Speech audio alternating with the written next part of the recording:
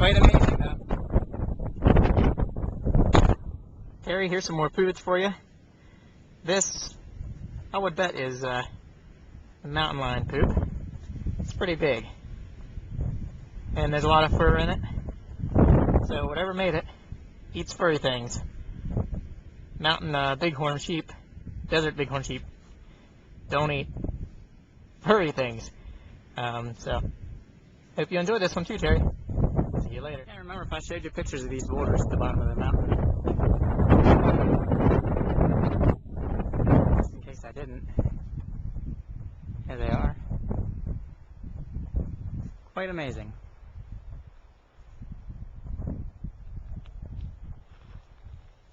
Here I'm at the Hall of Horrors. A lot of rock climbers favor this area. In fact, I saw some folks getting their rigging and stuff out of their truck whenever I first got here. So maybe I will see them while we're walking around. That rock, I can't remember what it's called, but it's a famous place around here. There are 4 songs that people like to use. One of them is called A Cheap Way to Die, and one's called A Walk on the Wild Side. If that gives you any idea. And just a little while ago, I was on top of, I believe on top of that mountain there.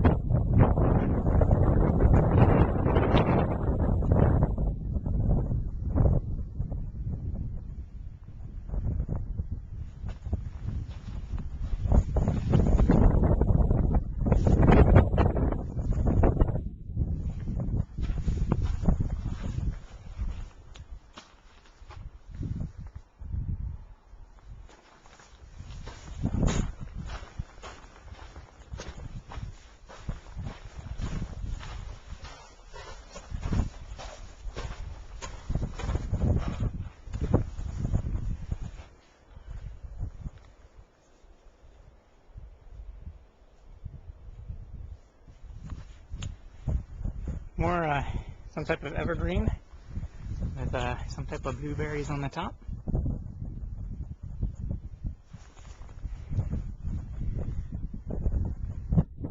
Make for an interesting climb. Doesn't look like it would be too difficult to get up. It's the getting down part that I think gets you.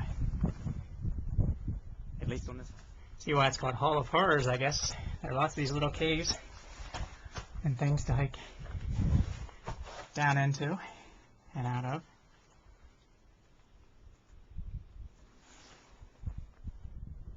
Man, the sheer size of these boulders is just amazing.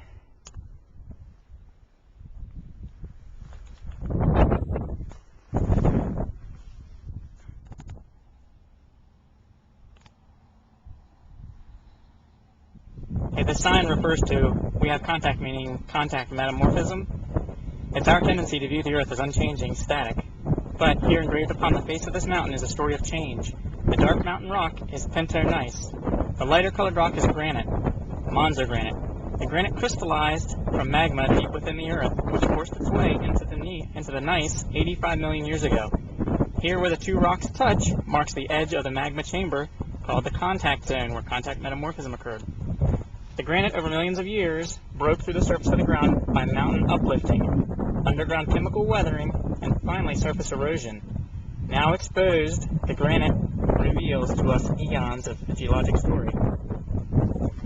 Here, in this first picture, it shows surface erosion exposed the already deeply weathered granite.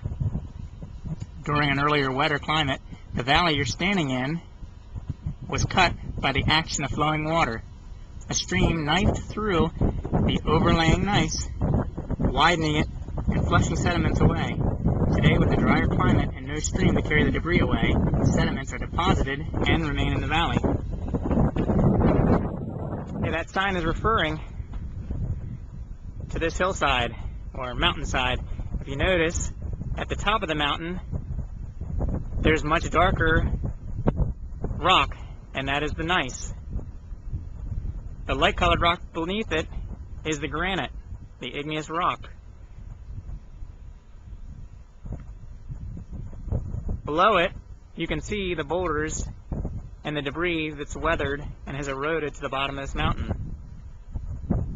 Given enough time, weather, erosion, sedimentation, compaction, and cementation will have what kind of rock? And I'm not sure if you can see it, but out in the middle there, right by where my finger's going to point for you, right at the bottom of my finger, there's a little rock that kind of sticks up in front of the mountain behind it. You can't see it, but there's a little guy sitting on top of that had climbed there. It's probably a good at least 100 feet off the ground. Pretty cool rock climbing around here, or bouldering as I guess they call it. Some Joshua trees up close.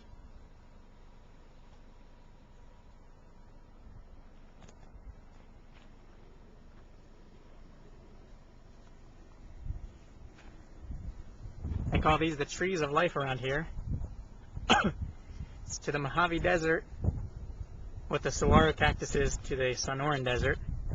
Here are some of the animals that will habitate in these trees. The red-tailed hawk, a Scott's oriole, the Bulmer, this bird's an aeon hun, the western screech, more Scott's orioles, common raven, the ladder-backed woodpecker, or as they're often referred to as the tree dildo, the young Joshua tree, the American kestrel, the loggerhead strike, and a skewered lizard, the antelope ground squirrel, the yucca night lizard, the wood rat, the spotted night snake, and yes, even the lowly yucca moth.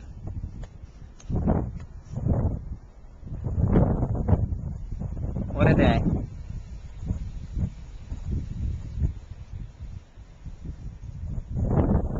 Don't want to jinx myself, but this is what a forecast of rain is like here in the desert. Not too shabby. Some climbers on this rock. And then there's one up there almost to the top.